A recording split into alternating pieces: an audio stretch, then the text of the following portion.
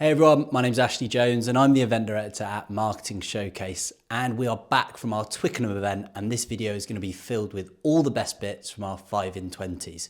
We've got email marketing tips, we've got how to get budget from your boss, we've got branding advice. There's loads in this one, so you're going to want to stay tuned right to the end and make sure you subscribe to the hub and this channel for more where that came from.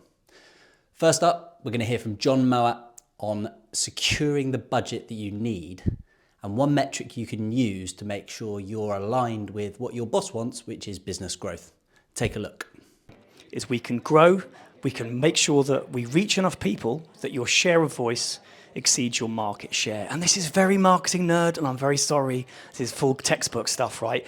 But to grow, you must reach enough people consistently, right? And that's what we're going to do. So what I want to talk to you about is, what does all that mean? Two things we need to know. Share of voice. Everyone knows what share of voice is, right? Absolutely there, yeah. The percentage of the total advertising and communication visibility that your brand gets, right? So fundamentally, of all the noise in the world, 10% of it is yours, 20% of it is yours. Typically, bigger brands with bigger market share have bigger share of voice.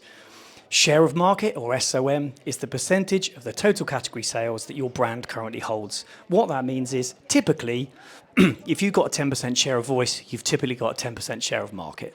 Easy, basic maths.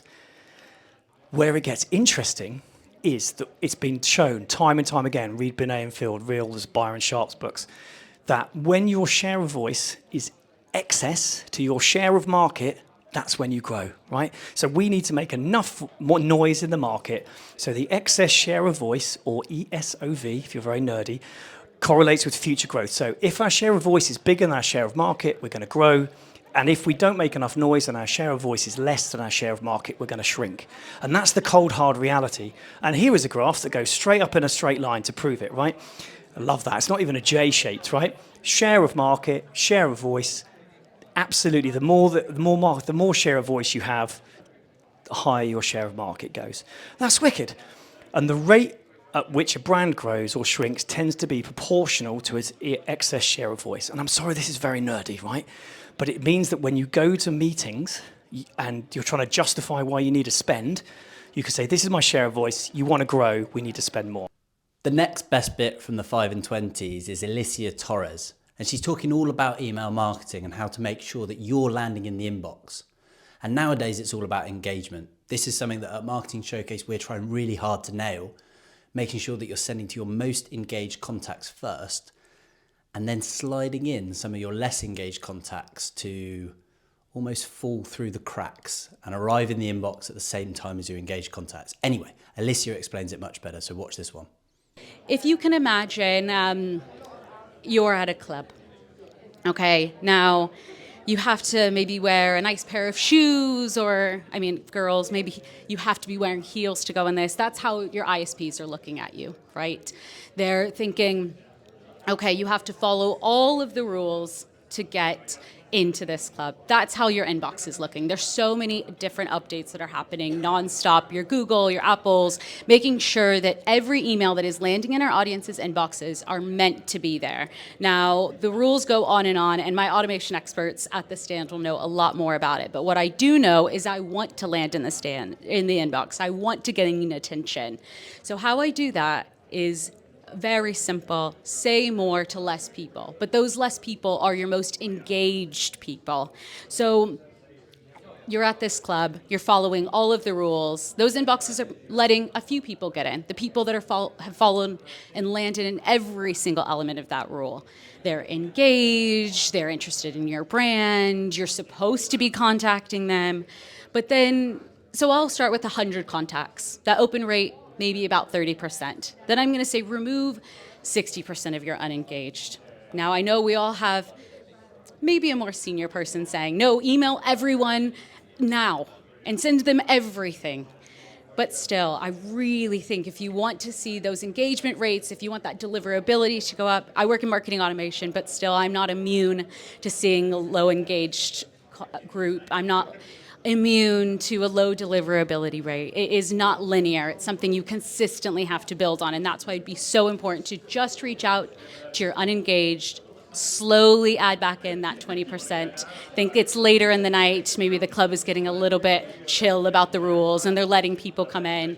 And then slowly you're building up that deliverability rate and you're able to move that engaged to the unengaged.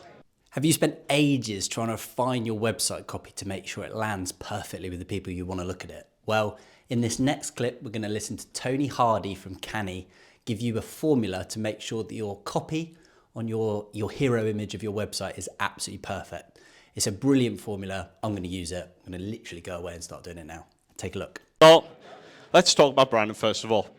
Without great messaging, your brand is purely decorative. Like, a lot of people think that the brand is the logo, the design, the visual identity system. And what they do is they skip the strategy. They don't make the messaging happen. They just go straight into the pretty design side of things. And I think when it comes to conversions, this is easily one of the most overlooked pieces of work that people could be doing.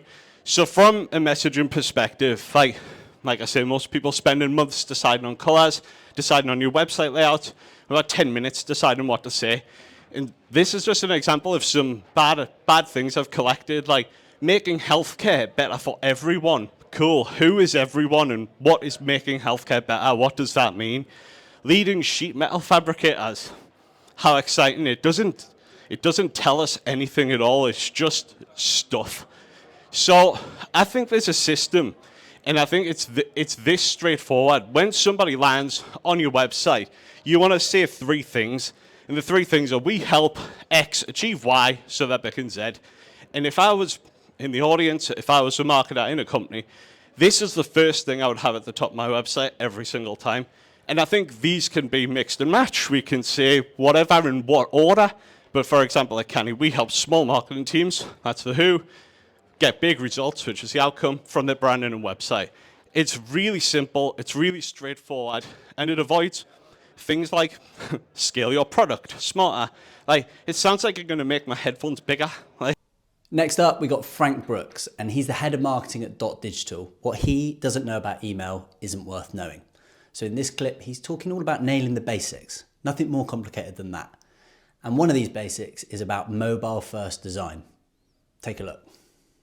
Being mobile first is so important when you think about the accessibility of those emails. And there's regulation now around understanding that colors need to render well. How does it work for people with visual impairments? Do you have alt text on your images as well? These aren't just best practice anymore. They're coming into a regulation to make sure that email is accessible for all. Email is one of the biggest channels. It's one of the strongest channels. So many emails are being sent. I mean, as we speak, it's not going anywhere. But what we want to make sure that email is accessible to all. So how, what's the likelihood of your text rendering on devices which don't necessarily have all of those texts installed? It's about taking the basics and making sure that they're done really, really well.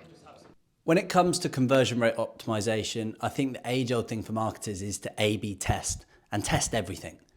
But in this next clip, you're going to see why Neil Paterson, a conversion rate optimization specialist from Uplyft, argues that you don't need to A/B test everything. In fact, some things are already well documented. So assuming you need to A/B test everything. So you may be doing A/B testing, you may be thinking about it, and you might be thinking, well, I've heard about this, it's great, it's scientific, it's the only way to do things. Well, actually, you're right. However, there are certain things that have been split tested over and over again so that you don't have to. Let's run through just a few now. Optimized forms. Seems obvious. Forms have been around forever, okay? But we still see problems with them. So, autocomplete. When you tap in a field, you want that field to be auto-populated by your browser. It will speed things up. It will lead to more conversions. Another thing is using the minimum number of fields on a form. So you've probably heard, don't put too many fields on a form. It's correct. However, people will offer you as much information as they expect to give you and no more. So let's give an example here. This is where you can get hold of a brochure and you can choose to either download it or get it sent to your home address. If you choose the download option, which will come up now, you get one field, email address. If you choose send by post, you get all the other fields, things like your home address. Really simple thing to do, but actually really, really effective. Okay, that was a whistle-stop tour of our best bits from our 5 in 20s at Twickenham's Allianz Stadium, which took place this week. If you were there at the event, thank you so much for coming. I hope you enjoyed it. If you didn't manage to make it, make sure you subscribe to the Hub for regular content like this, recorded at all of our events across the country, and we hope to see you at one of those live events very, very soon. That's it from me. See you later.